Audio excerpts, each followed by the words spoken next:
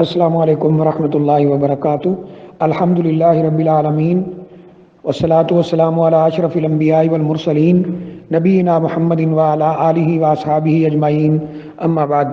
یہ کسی ہماری بہن نے سوال کیا ہے کہ وہ گورنمنٹ کے کسی ادارے میں ملازم ہیں، ان کے خاوند بھی گورنمنٹ کے ادارے میں ملازم ہیں، اب ان کے پاس اتنے پیسے نہیں ہیں کہ وہ اپنا گھر بنائیں، لہٰذا وہ کسی کمپنی سے یا بینک وغیرہ سے سود کے اوپر قرض لے رہے ہیں تاکہ گھر بنایا جائے، تو کیا یہ قرض لینا اور اس طرح گھر بنانا یہ جائز ہے؟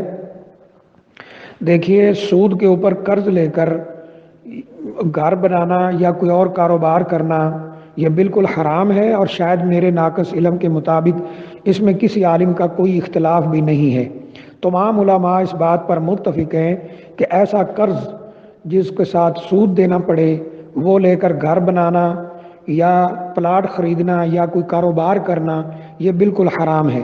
اور اللہ تعالیٰ نے قرآن مجید کے اندر یہ فرمایا ہے کہ اگر اللہ تعالیٰ کا حکم آ جانے کے بعد اور اللہ کا حکم معلوم ہو جانے کے بعد بھی تم سود لینے دینے سے باز نہ آؤ تو پھر فَأْذَنُوا بِحَرْبٍ مِّنَ اللَّهِ وَرَسُولِهِ، اللہ اور اللہ کے رسول صلی اللہ علیہ وسلم کے ساتھ جنگ کے لیے تیار ہو جاؤ۔ گویا کہ سودی نظام چلانا، سود لینا دینا، یہ اللہ اور اللہ کے رسول صلی اللہ علیہ وسلم کے ساتھ کھلی جنگ ہے، اور جس نے اللہ اور اللہ کے رسول صلی اللہ علیہ وسلم کے ساتھ جنگ کا ارادہ کر لیا وہ کبھی بھی کامیاب نہیں ہو سکتا، ناکامی ہر حال میں اس کا مقدر ہے۔ اللہ تعالیٰ کی رحمت سے دوری ہر حال میں، دنیا میں بھی اور آخرت میں بھی اس کا مقدر ہے۔ اور نبی کریم صلی اللہ علیہ وسلم کا مشہور فرمان ہے، لعن اللہ آکل الربا وموکلہ وشاہدیہ وکاتبہ، اللہ لعنت فرمائے اس پر جو سود لیتا ہے، دیتا ہے، لکھتا ہے یا گواہی بھرتا ہے۔ یعنی سود لینے والا، دینے والا، لکھنے والا، گواہی بھرنے والا سب اس جرم میں برابر کے شریک ہیں اور اللہ کی لعنت کے مستحق ہیں۔ اور لعنت سے مراد اللہ کی رحمت سے دوری ہے، یعنی جنت سے دوری اور دوزخ میں داخلے کا سبب ہے۔ اللہ تعالیٰ معاف فرمائے۔ اور نبی اکرم صلی اللہ علیہ وسلم کا مشہور فرمان ہے کہ سود کا جو گناہ ہے اس گناہ کے کئی درجے ہیں۔ ادنا سے ادنا، کم سے کم درجہ یہ ہے کہ انسان اپنی ماں کے ساتھ زنا کرے، تو اس سے بچنا چاہیے۔ اب سوال یہ کہ ہمارے پاس اتنے نقد پیسے نہیں ہیں تو ہم کیا کریں، کہاں سے گھر بنائیں؟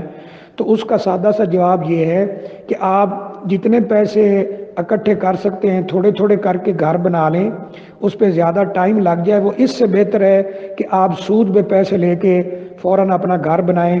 جو گھر سود کی بنیاد پہ بنا ہو نہ اس میں اللہ کی طرف سے برکت ہو سکتی ہے، نہ اس میں اللہ کی رحمت آ سکتی ہے۔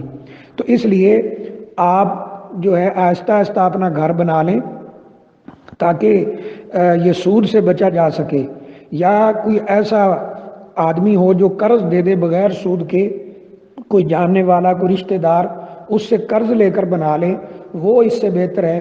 جب آپ خود بھی ملازم ہیں، آپ کے خاوند بھی ملازم ہیں، تو لازمی بات ہے کہ آپ کچھ نہ کچھ بچا سکتے ہیں۔